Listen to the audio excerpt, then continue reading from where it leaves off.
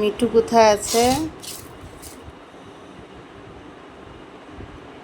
পৃথিবীতে বন্ধুত্ব বন্ধুত্ব এমন একটা কঠিন শব্দ, যে শব্দটা মানুষের জীবন পরিপূর্ণভাবে কানায় কানায় ভরিয়ে দেয়, ঠিক তেমনি করে মানুষের জীবন ধ্বংস করে দেয়। বন্ধুত্ব হচ্ছে ধ্বংস করার একটা প্রকৃত রাস্তা, যে রাস্তাটা আপনাকে ধ্বংস করে দিতে পারে। কারণ বন্ধু হচ্ছে আপনার ভিতরে এমনভাবে ঢুকবে, সুইয়ের মতো ছোট হয়ে একদম বিন্দু কণার মতো করে আপনার লাইফে ঢুকে আপনার জীবনের যত কিছু রয়েছে, দুর্বল যেখানে যেখানে যত কথা, যত বেদনা, যত আপনাকে দুর্বল করার মতো যত পয়েন্ট, যত প্লাস পয়েন্ট রয়েছে, সমস্ত পয়েন্টগুলো আপনার সেই বন্ধুটা নোট করে রাখবে। সময় সুযোগ আসলেই কাল সাপের মতো করে আপনাকে ছবল দিয়ে দেবে।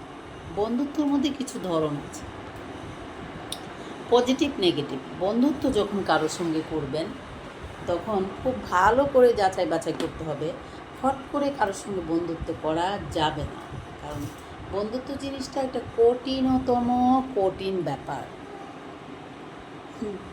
আজকে দেখেন, আকৃতির কথা বলছি, যে বন্ধুগুলো তার পায়ে লুটিয়েছিল, পড়েছিল, তাকে ছাড়া কিছু বুঝতো না, তার মাকে মা বলতো, তার বাবাকে বাবা বলতো, তাকে বড় ভাই বলতো, তাকে ছাড়া অন্ধকার, তারা কিছু দেখতে পায় না, প্রাণের থেকে প্রাণের প্রিয় এবং অনেক গভীরের আত্মীয়তা তাদের মধ্যে ছিল।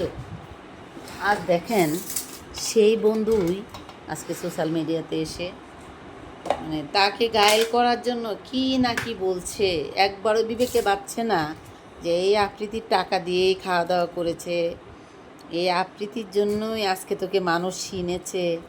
হ্যাঁ, তো এই যে একটা বিষয়, ছুটি একটু কই গেলা, ছুটি একটু, এই যে একটা বিষয়, এই জিনিসটার প্রাধান্য কেউ দিতে পারে না, যে আপনাকে খারাপ সময় একটা মানুষ আপনার পাশে দাঁড়াবে বা আপনাকে হেল্প করবে বা আপনাকে ভালোবাসবে, সেই জিনিসগুলোই মানুষ মনে রাখতে চায় না।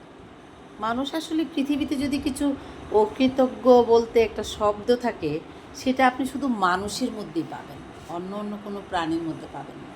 এই যে আমি ওগুলা প্রাণীগুলাকে আজকে আদর করছি, ভালোবাসছি, খাবার দিচ্ছি, ওরা যদি হারিয়ে যায়, অনেক বছর পরেও যদি আমার চোখের সামনে পড়ে, তারপরেও আমাকে দেখে ওরা চিনে ফেলবে, আমার কাছে ছুটে চলে আসবে।